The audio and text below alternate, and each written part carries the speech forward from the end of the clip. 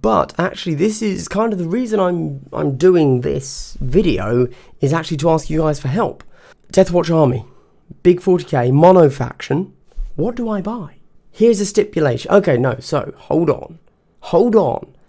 Keyboard warriors, uncock the fingers. I shouldn't have said cock, should I? Demonetized. Now, the reason I didn't go with the Tyranids is because I got overwhelmed. So we've got to focus. We've got to go 500 points. That's it. No more. 500 points. Cool. Hello everybody, it's Glass Half Dead here. Today I'm going to be talking 40k. So not Kill Team at all. Okay, I might talk a little bit about Kill Team. Don't hold me to that. But I'm going to be talking 40k because in the time of the quarantine, the lockdown, the pandemic, the virus, the Nurgle, we get it. It goes on, we get it. Now is a perfect time to be planning new armies, thinking about where we want our hobby to go, etc, etc. And I'm also going to say a few things about 9th edition, because we know at some point it's coming. It might even be announced this weekend, who knows? I don't think it will be. I don't think GW would do that to us. I think we're going to finish Psychic Awakening, then we're going to get the 9th edition announcement, but you never know. Okay, so let's dive straight into the first thing. I'm going to stop rambling. 40k. I'm going to start an army. Which army should I start? Deathwatch. Okay, I've answered it. How did I get there? And how did I go from... somewhere on screen I have put the picture that I showed in a video like a few weeks ago. How did I get from that to Deathwatch? Obviously, there's a little bit of a link there, Xenos. That's not how it is. So, firstly, that pile you saw there was too much. I was scared. I didn't know what to do. I didn't know where to start. I suppose you can always start one model at a time, but that's not... Nah. Come on, we're all hobbyists here. Let's not lie to ourselves. You start with everything you've got, right? Now, with Deathwatch, I think I have the Start Collecting box. Also, I have a Kill Team for Deathwatch. I have the Deathwatch faction in Kill Team, to be clear. So I have taken all of that and I've put it on eBay. Yeah. I don't know, it scared me, it was too much. I don't have a huge love. You know what it is? It was the painting. I couldn't figure out a colour scheme for that size of an army. If I'd only gone out and bought like one Hive Tyrant, I could have picked a colour scheme. But to pick a colour scheme that works on both, 1,000 small bugs and some really cool big models, then you need to have a very flexible colour scheme, to my mind. You need to be able to ramp it all the way up to pro painted standards, and then all the way down to 2 colours, right? And I couldn't figure it out. I had a few ideas, I had a few goes, and I was just like, this isn't, it's too much. So why Deathwatch? Couple of reasons. One, okay, Kill Team again. Nobody likes them in Kill Team. Sorry. People love them, obviously. They're Astartes, they're power armor, everybody loves power armor. But what I mean is, they're not winning anything, and nobody thinks they can win anything. That's my bread and butter. As soon as somebody looks at a faction and says, oh, this sucks, I get a raging hard on. I've got to buy the faction, I've got to play it. Yeah. You know why? Because ultimately, I think that actually... Kill Team's a really well balanced game and almost every faction can win. So people going around saying, oh, Deathwatch sucks, I'm like, oh, great, I'm going to go win with Deathwatch. Awesome. But back to 40k, sorry. In 40k, they have their Psychic Awakening book coming up soon. That's a little bit of a double-edged sword there, obviously.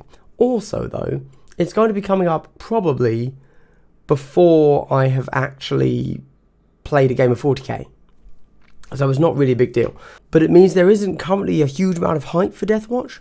Also, my understanding is that Deathwatch aren't really played much as their own faction in 40k.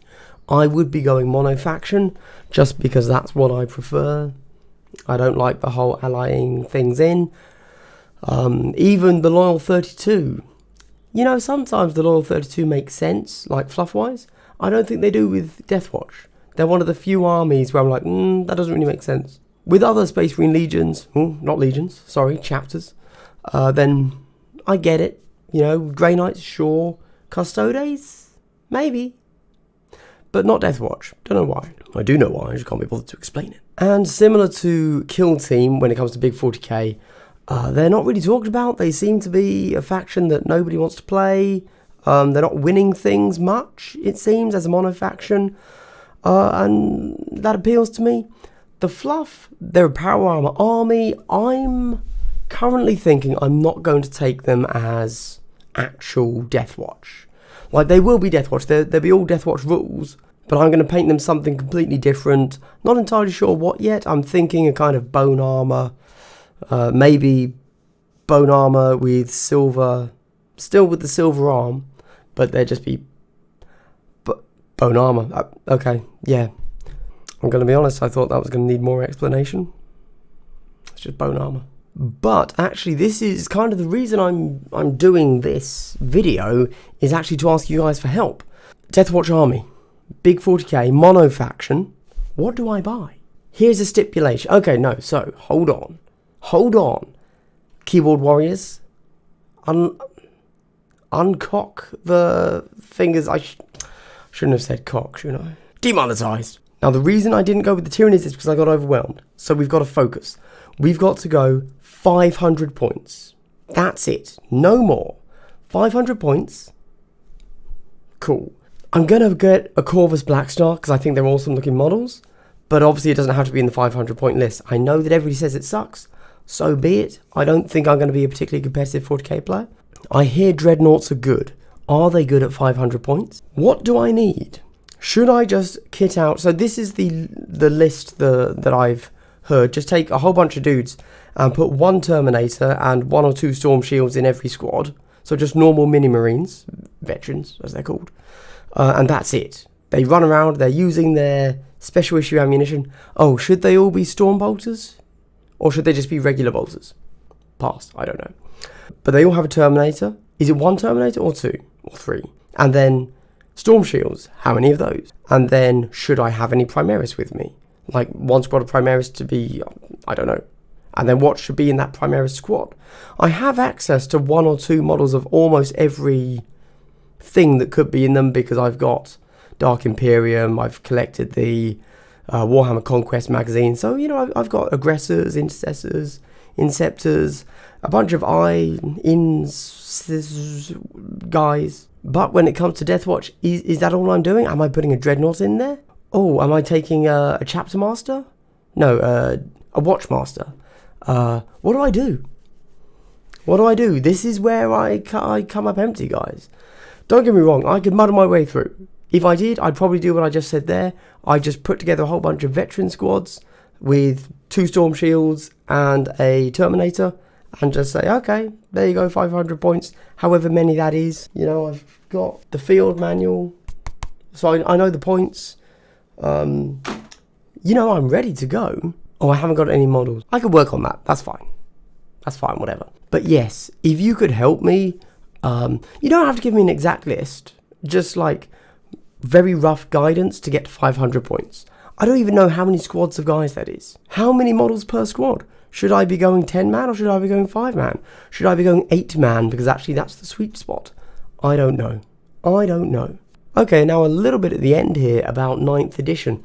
To clarify, I have only ever played 1 game of 8th edition. And it was years ago. It was back when 8th edition launched. However, despite not having actually played much of the game, I've actually played more of other games, bizarrely. Even at that point, at that size, like Legion. I said that like I was going to list a whole load off. It's just Legion. I've played Legion. There you go. So here's what I would like to see, and sorry, what I think we might see in 9th edition. So this is both of those. I would like to see this, and I think it's actually possible. I'm not going to say random crap. that we know isn't going to happen. Let's start with I Go, You Go. They've already confirmed, and you never know, it might change. They've already confirmed, though, that the game is going to remain I Go, You Go. However, we don't technically know what form that might take. As it currently stands, I do not like I Go, You Go. It's kind of bad and a bit boring.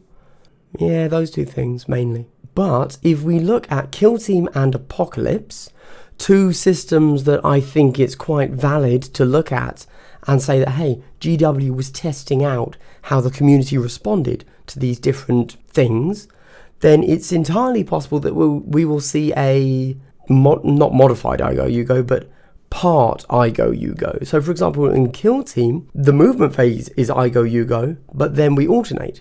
Are we going to see something similar in Big 40k?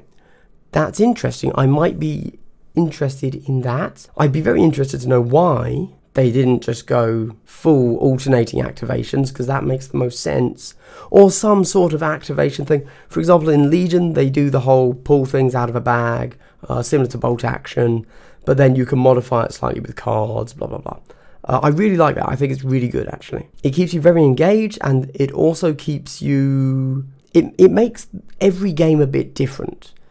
You can never have as much of a battle plan as you do in Big 40k, because you're always reacting.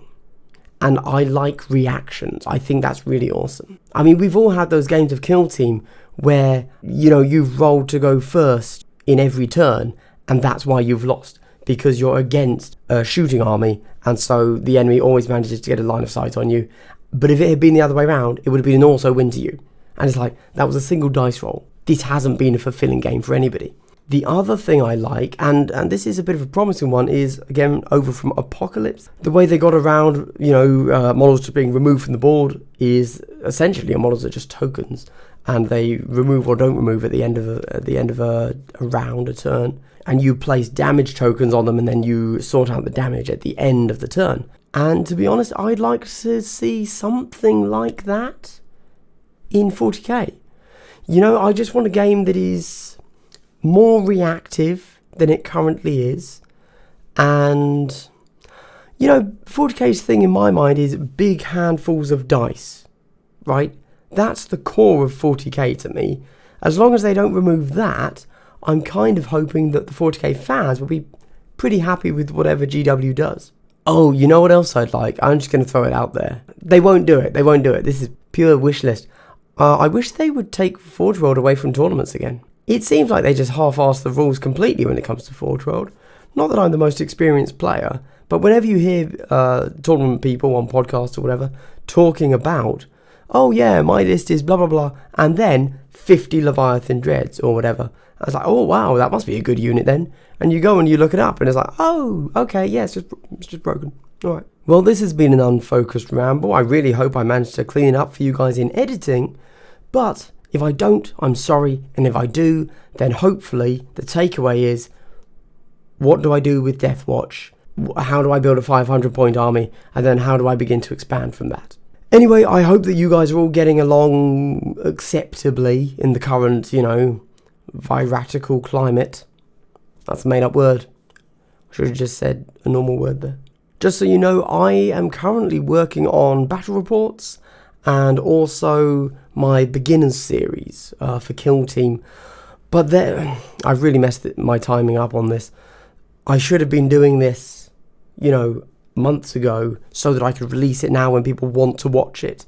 Unfortunately, I'm doing it now, which means my channel's a little bit dead at the moment. Within a few weeks, hopefully you will start to see battle reports from me. Yes, solo play battle reports because I can't play them anywhere. You're also going to see a complete beginner's guide from I do not know what Kill Team is, what is Warhammer, all the way up to I want to be a top pro player in tournaments. Also going to do a little bit about TTS, Tabletop Simulator, you know, tutorial on that, focus on Kill Team, etc., etc. So things are coming, but I'm just doing it terribly. I should have done this ages ago. Right, this has been Glass Half Dead. Thank you very much for watching. Please leave a like, subscribe, a comment, check out my Patreon and my Discord. Those are all things that would help. Thank you. But most importantly, I hope you've had a good day and continue to have a good day and stay healthy. Anyway, goodbye. This is me talking to the camera on my good microphone. This is me talking to the camera on my bad microphone. Is there a difference? Is it worth it?